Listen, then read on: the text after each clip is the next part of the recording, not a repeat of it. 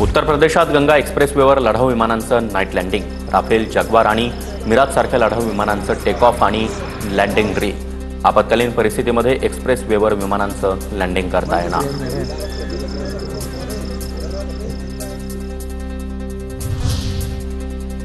एनआयएच्या पथकाकडून पहलगाम हल्ल्याचं रिक्रिएशन, अत्याधुनिक उपकरणांसह बैसरन व्हॅलीचं 3D मॅपिंग आणि रिक्रिएशन।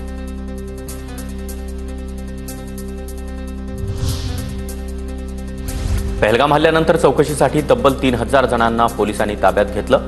75 पेक्षा जास्त ग्राउंड वर्कर्स देखील सुरक्षा यंत्रणांच्या ताब्यात। अनंतनाग, कुलगाम, शोपियान या जिल्ह्यांमधील संशयितांची चौकशी। पाकिस्तानवर सर्जिकल स्ट्राईक करण्यासाठी अमेरिकेनं भारताला ग्रीन सिग्नल दिलाय का, अशी चर्चा सुरू। भारतानं दहशतवाद्यांविरोधात ॲक्शन घ्यावी, क्षेत्रीय युद्ध भडकवू नये याची काळजी घ्यावी, अमेरिकेचे उपराष्ट्रपती JD व्हान्स यांचं वक्तव्य। पहलगाम हल्ल्यानंतर भारतावर 6 दिवसांमध्ये 10 लाख सायबर हल्ले झाल्याचं महाराष्ट्र सायबर सेलच्या इकोज ऑफ पहलगाम या अहवालातून समोर।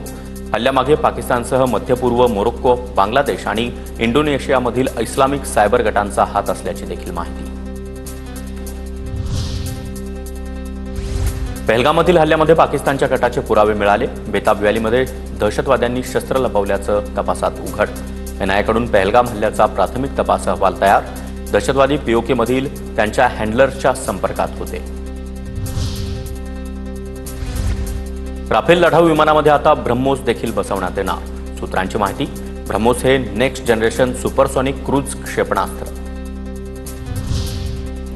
पाकिस्तानचं दहशतवादाला खतपाणी, पाकिस्तानला एक भूतकाळ, देशाला खूप त्रास सहन करावा लागला।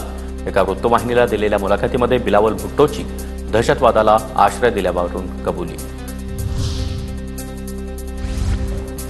चीनच्या मिसाईल्स पाकिस्तानात पोहोचल्या, पाकिस्तानच्या वरिष्ठ पत्रकारांचा मोठा दावा।